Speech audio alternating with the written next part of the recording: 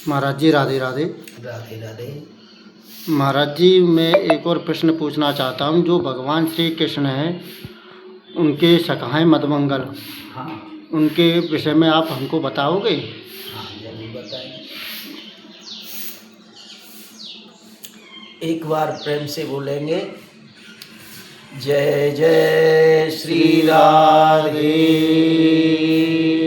श्याम। भगवत प्रेमियों,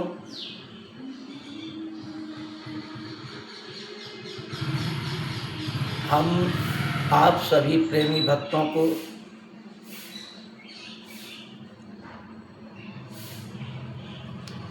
bridge Vaikuntha channel के माध्यम से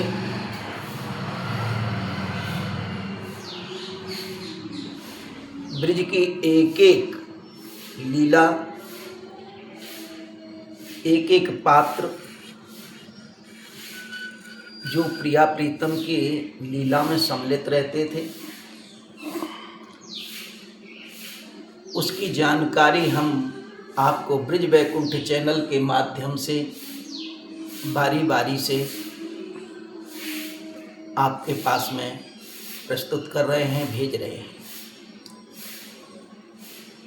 भगवत प्रेमियों, जैसे मैंने प्रिया जी की अष्ट सखियाँ, उनका बारी बारी से आपको वर्णन करके आठों सखियों के चरित्र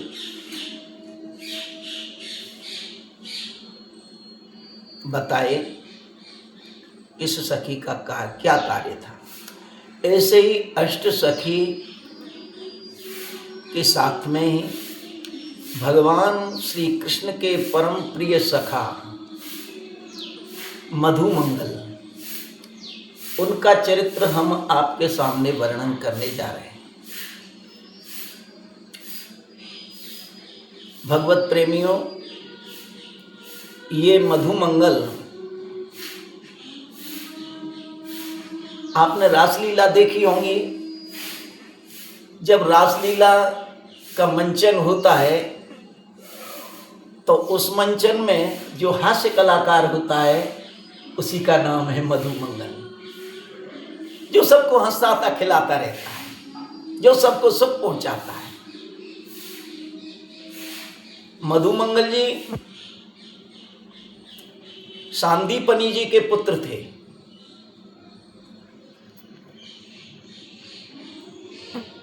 दादी इनकी पूर्णमासी पुरोहितानी, जो नंद बाबा की गुरु माता थी,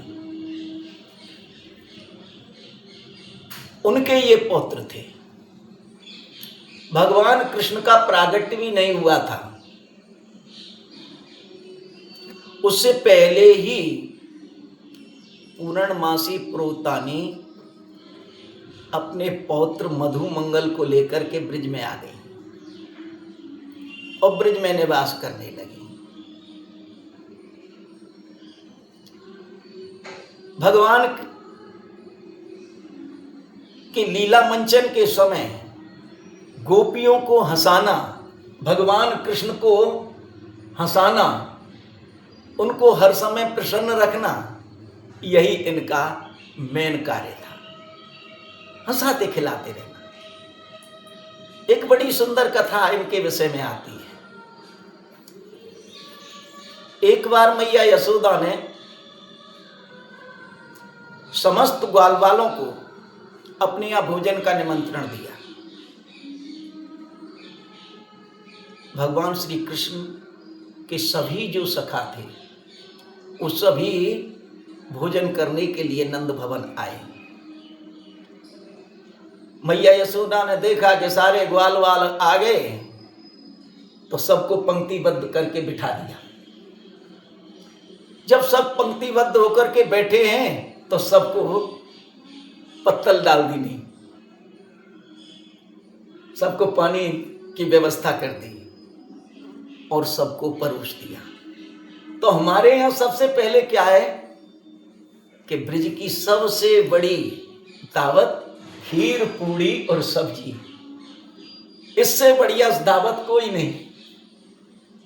तो खीर पूड़ी सब्जी का भोजन समस्त ग्वाल बालों को मैया ने परोसा और सारे ग्वाल बाल भोजन परोस दिया तो करने लगे तो सब भोजन कर रहे हैं, परंतु मधुमंगल एक ऐसा था कि ये ब्राह्मण का बालक था, बहुत गरीब था। तो मैया यशोदा ने सोचा कि ये ब्राह्मण को बालक है और खीर कच्ची हुई तो मैं या को खीर परोसूंगी, कहूं गुस्सा है कि कहूं वो साप ना दे दे कच्ची। तो मैया यशोदा ने मधुमंगल को खीर नहीं परोसी और सब ग्वाल वालों को खीर परोस दी और कह दिया, अरे ग्वाल वालों खाओ। सारे ग्वाल वाल खाने लगे और मधुमंगल जी छत की ओर देखने लग गए। सब खा रहे हैं, मधुमंगल छत की ओर देख रहे हैं। मैया यशोदा बोली,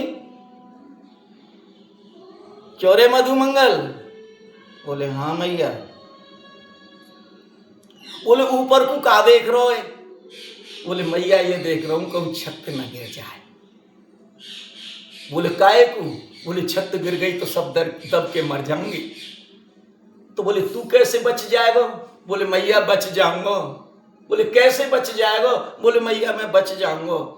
बोले, दाढ़ी के जब छत गिरेगी तो सबके संग में तू तो दबेगा। बोले, मैया मैं ऐसे बच जाऊंगा जैसे खीरते बचबो।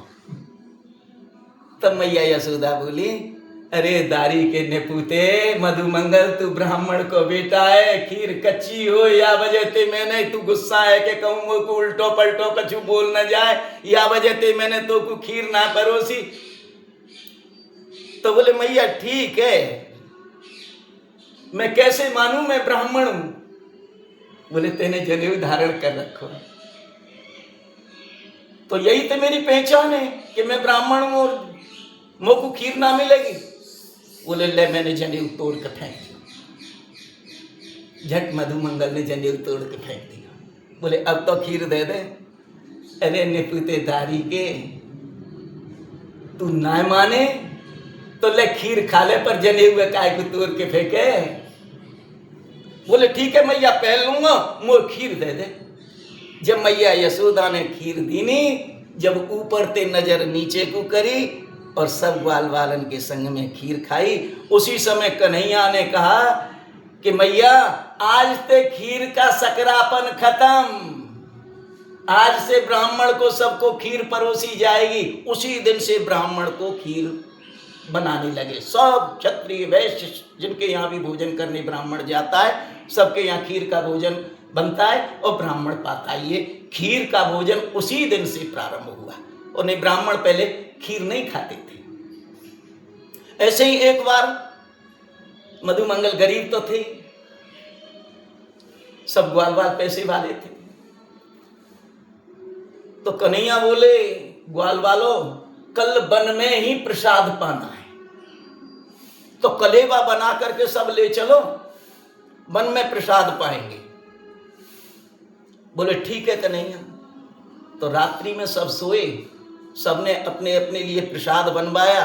किसी के मैया ने लड्डू बनाए, किसी की ने मठरी बनाए, किसी ने पराठे बनाए, किसी ने 56 भोग 3600 व्यंजन, नाना प्रकार के व्यंजन सबके घरों से बने। पर मधुमंगल तो गरीब था, गरीब होने के नाते उसके घर में ज़्यादा सामग्री नहीं थी। उसकी मैया ने थोड़ी बहुत मठरी बना करके मधुमंगल को, बेटा इसका कलेवा कर लेना। मठरी लेकर के मधुमंगल, और जैसे ही भगवान का श्रृंगी बाजा बजा, बस सुनकर के सब अपने अपने कलेवा को लेकर के निकल पड़े। अब चल रहे हैं रास्ते में, सबने देखा मेरी मैया ने क्या बोले, लड्डू, किसी ने पेड़ा, किसी ने बर्फी, किसी ने कलाकंद, किसी ने चमचम, सब लेकर के जा रहे हैं। मधुमंगल देख रहे हैं कि मेरी मैया ने क्या दिया है, तो देखा मठरी, तो चले जा रहे हैं, चले जा रहे हैं, चले जा रहे हैं। आगे आगे श्रीदामा एक गोप था, सुदाम गोप था, वो जा रहा है। मधुमंगल हास्य कलाकार तो थे, अब हंसेंगे कैसे सब, उनको हंसाना खिलाना ही उसका काम था। उसने देखा कि भाई या के भाव में क्या बदरो और पीछे को लटक रहो। तो मधुमंगल ने टटोल के देखो, या तो गोल गोल है, ये तो लड्डू है। तो मधुमंगल बड़ी चतुराई से, सब जा रहे हैं, गैया आगे आगे चल रही है, पीछे पीछे ग्वाल वाल चल रहे हैं। लेकिन कोई ना कोई उपाय सोचना चाहिए, इसके लड्डू मेरे पास आने चाहिए।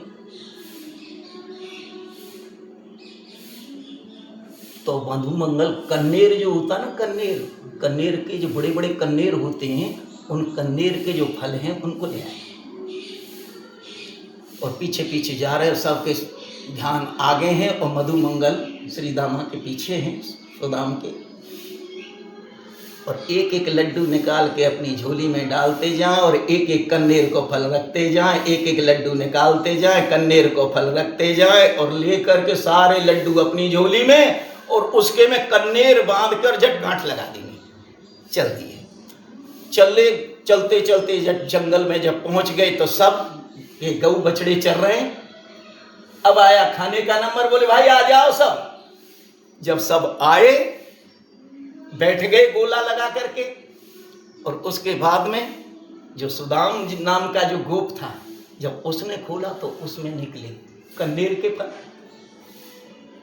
बोले भाई ये क्या, मेरी मैया तो ये चीज नहीं रख सकती है। अब मधुमंगल अलग बैठ करके हंस रहे। वो झट सब समझ गए। बोले कि भाई ये काम किसी का नहीं है, ये मधुमंगल का ही काम है। मधुमंगल का दूसरा नाम था मनसुखा। उसको मनसुखा क्यों नाम पड़ा? वो सबके मन को सुख देता था, सबके मन को सुखी रखता था, इसलिए मधुमंगल का दूसरा नाम था मनसुखा। अब जैसे ही उसने देखे कि कन्नेर के फल, मेरी मैया तो ऐसा नहीं कर सकती है, ये काम है मधुमंगल का ही है। जब तक मधुमंगल क्या है कि एक एक लड्डू को फटाफट खाने लगे, और खा करके जब देखा कि हाँ एक दो लड्डू बचे, बोले यही के काम है, देखो यही ना करो। देखे तो मधुमंगल रंगे हाथ पकड़े गए और मठरी हाथ। तो ये हास्य कलाकार भगवान के सखा मधुमंगल का जो चरित्र के विषय में आपने पूछा, मैंने उसकी जानकारी आपको दे दी। नहीं, प्रेम से बोलो जय जय श्री राधे। आगे के प्रसंग में अन्य हम सखा का वर्णन आपको बारी बारी से सुनाएंगे। जय श्री राधे। जय जय श्री राधे। पंखा चला रहा हूँ।